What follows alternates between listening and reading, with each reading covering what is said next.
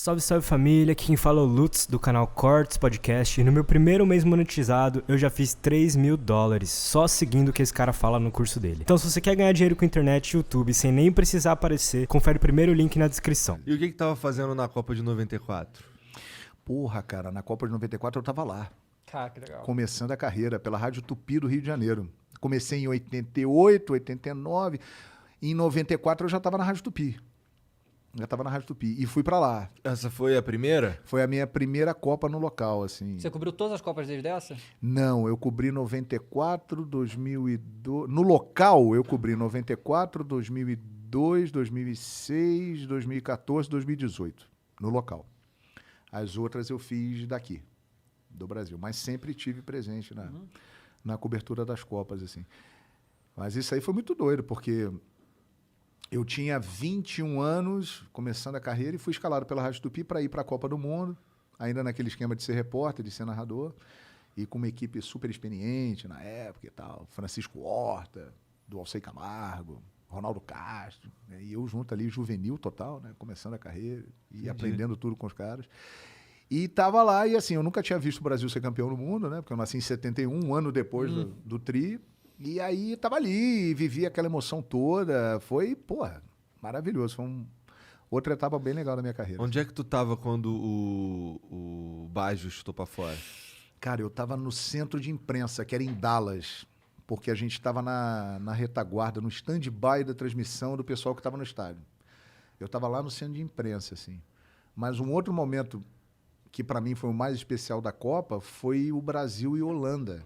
O gol de falta? Das quartas de final, o gol de falta do branco, 3-2. Porque ali é o seguinte, o estádio, o Cotton Bowl, era ao lado do centro de imprensa. Então eu me lembro que eu participei do início da transmissão e aí eu fui para o estádio, porque eu tinha um ingresso com a minha credencial, e fiquei ali sentadinho perto da equipe que estava transmitindo, acompanhando aquele jogo lá no estádio. Porra, sensacional, cara. Deve ser muito foda assistir alguma coisa da Copa do Mundo, assim. Muito, muito, assim. E principalmente para quem estava começando, né? Primeira nossa, Copa imagina. no local e vendo aquilo tudo ali, a história, né? Na hora você não tem muita dimensão e depois, com o tempo, você vê, cara, eu tava lá, né? Que doideira, Porque que em 94 o Brasil não foi como favorito, já tava um tempão, né? Sem Não. ter, né? Então Não foi chegar como lá, favorito. tipo, não, a primeira Copa que eu vou cobrir e tal, o Brasil vai campeão, Romário e tal. Aliás, isso até é um ponto positivo para 2022, né? Porque Tá muito tanto tempo, né? todas as vezes que eu me lembro que o Brasil foi como favorito, o Brasil perdeu, né? Pois é.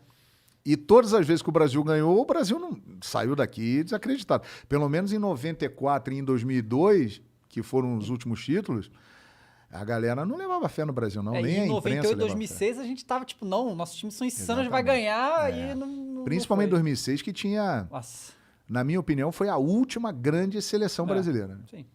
Ali se encerrou um ciclo de grandes seleções brasileiras, que a gente começou desde lá de 50, que perdeu para o Uruguai, mas era uma seleção extraordinária, de Zizinho, Ademir.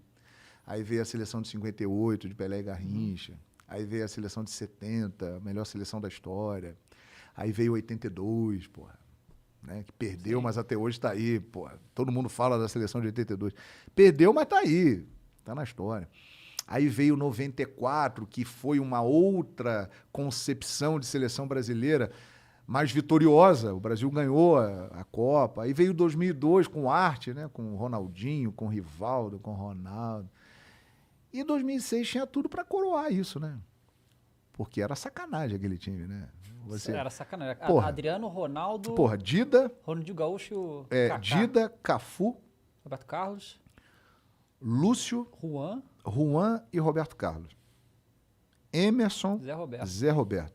E a partir daí, covardia. A máquina, né? Esse time Kaká, é Ronaldinho inacreditável. Gaúcho, Ronaldo Fenômeno e Adriano Imperador. Mas eu falo, cara, a nossa cena Perdemos. com os Covardia. franceses, cara. O Zidane atormentou a seleção brasileira toda a carreira dele. Não ficou um momento de paz que o Brasil teve com esse cara jogando, cara. Esse aí, quando via a camisa Embaçado. amarela, ele embaçava geral, né? Ele jogava mais do que ele jogava, né? Era impressionante. E a gente deu azar de cruzação. A França tinha uma boa seleção, mas tinha o Zidane, né? E aí não tinha jeito. Ele tava possuído aquele dia. Tava Jogou possuído. pra cara. E acabou, né? Como é que você acha que a gente tá pro ano que vem? Não somos favoritos. Então, pode ser bom. Pode, mas, cara, eu acho que o nosso futebol, por exemplo, 2006, pegando o último exemplo, a gente tinha Adriano e Ronaldo. E a gente tinha no banco de reservas Robinho e Fred. Aí os caras, Robinho e Fred. Pô, mas Robinho e Fred naquela época, cara, eram pesados, eram grandes jogadores, estavam no auge e tal. Eu vejo a seleção, por exemplo, de 94, o Brasil tinha Bebeto e Romário, mas tinha o Miller no banco de reserva. O Brasil deixou de levar para a Copa o Careca, deixou de levar o Ivaí, deixou de levar o Edmundo. Esses caras não foram para a Copa. E o Brasil tinha Bebeto e Romário, tinha Miller, tinha Ronaldo com 17 anos. Hoje em dia, quem nós temos? Então, assim, nós temos bons jogadores? Temos. Isso é fato. O Brasil continua produzindo bons jogadores. Mas jogadores desse nível, eu acho que a gente não tem mais, cara. A gente tem o Neymar, que é extraordinário, e ele é rodeado por bons jogadores que podem formar um bom conjunto e que podem levar a seleção brasileira à conquista numa Copa do Mundo. Podem. Mas eu acho que a gente chega atrás das seleções europeias que estão jogando mais em alto nível, com mais entrosamento, há mais tempo. Podemos ganhar? Podemos, mas eu acho, como disse o Gelo no Sangue lá, pouco provável. pouco provável. Pouco provável. Tomara que tenha o final igual do pouco provável. Você acompanhou a Eurocopa? Você viu? Sim, sim. Eu acompanhei, tipo, tudo da Eurocopa esse ano. E eu fiquei um pouco assustado, assim. Tipo, cara, é isso aí que a gente vai enfrentar. A gente tá fudido. Pois é. É claro que existe um respeito muito grande lá ainda pelo Brasil, né? Mas tá diminuindo isso aí, né? Sim, porque eles viram depois do 7-1, né, que o Brasil pode ser vencido, pode ser encarado. Antes existia uma mística da seleção brasileira e tal. E nós temos jogadores que estão bem lá fora há muito tempo, né? Então a gente tem jogadores do quilate do Neymar, do Casemiro, que é uma referência no Real Madrid. A gente tem o Gabriel Jesus, que é um cara estabelecido hoje na Europa, há alguns anos bem lá na Inglaterra, muita moral com o Guardiola. O Vinícius Júnior é uma promessa que está se tornando uma realidade, né? Então nós temos bom jogador. Paquetá tem jogado muito bem. Né, Os goleiros já são goleiros consolidados. Lá na Europa, o Alisson e o Ederson. Temos o Everton aqui, que é um ótimo goleiro também. Nós temos uma boa seleção brasileira. Dá para encarar, dá para jogar, né? Mas que, de fato, a gente vai ter uma concorrência europeia muito pesada. E eu acho que hoje a gente tem menos armas para competir como a gente tinha no passado. Eu acho que sim. Mas vamos torcer, né? De repente a gente ganha. Ninguém acredita. A gente viu muitas seleções que estavam meio assim, subirem muito, tipo Suíça, Dinamarca, a própria Inglaterra. Que... você vê a Suíça na última Copa na Rússia empatou com a gente. Pois é. E foi um jogo duro. Fez uma Eurocopa incrível, né? A própria Itália que veio na reformulação também, agora tá quase 40 jogos aí sem perder, né? Os outros países melhoraram muito, Melhoraram né? muito. A partir do momento que houve essa abertura de fronteiras no futebol, a partir do caso Bosman, e vários jogadores puderam entrar nos principais campeonatos do mundo, você tem uma elevação do nível de seleções que eram muito inferiores. Então a nossa era muito melhor e as outras seleções eram piores. Então nós pioramos e os outros melhoraram muito. Isso é um fato. Então meio que achatou, equilibrou, nivelou e de repente nesse momento a gente está um pouquinho abaixo.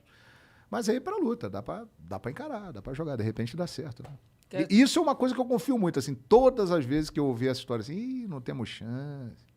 Brasil tá na ruim. Copa vai sair antes do final.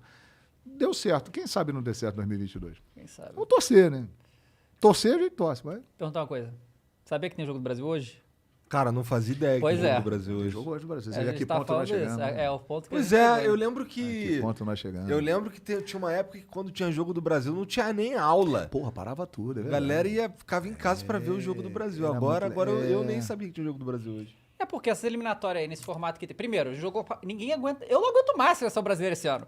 Porque, primeiro, tira o jogador tudo do Flamengo, né? A bagunça, os campeonatos. Isso é uma Isso merda. também colabora pro torcedor ficar chateado, Não, porque né? se tirar Tira o jogador do time. Pois é, se Não tirar tem o uma jogador do time... solução, não? A FIFA nunca pensou numa solução? Não, a solução a FIFA já deu, assim, não. não, Tem o data problema é FIFA aqui para dentro. o campeonato. Você vai falando, não, pode rolar, é isso. Aí- A O problema solução é aqui existe, dentro, já tá aí. Porque aqui no Brasil tem um negócio chamado campeonatos estaduais. E compromissos políticos que encaixam os campeonatos estaduais que ocupam 16 datas do calendário. Então isso acaba achatando tudo. Você espreme o Campeonato Brasileiro, você espreme as outras competições. E aí, muitas vezes, não dá para parar, porque se parar, não tem como encaixar os jogos todos que já estão comprometidos. Então, esse é um desafio, você ajustar esse calendário interno do Brasil e arrumar uma forma melhor dos estaduais serem colocados para que, quando tiver jogo da seleção, não ter jogo de time, porque aí realmente é uma sacanagem. Com o time, com o torcedor...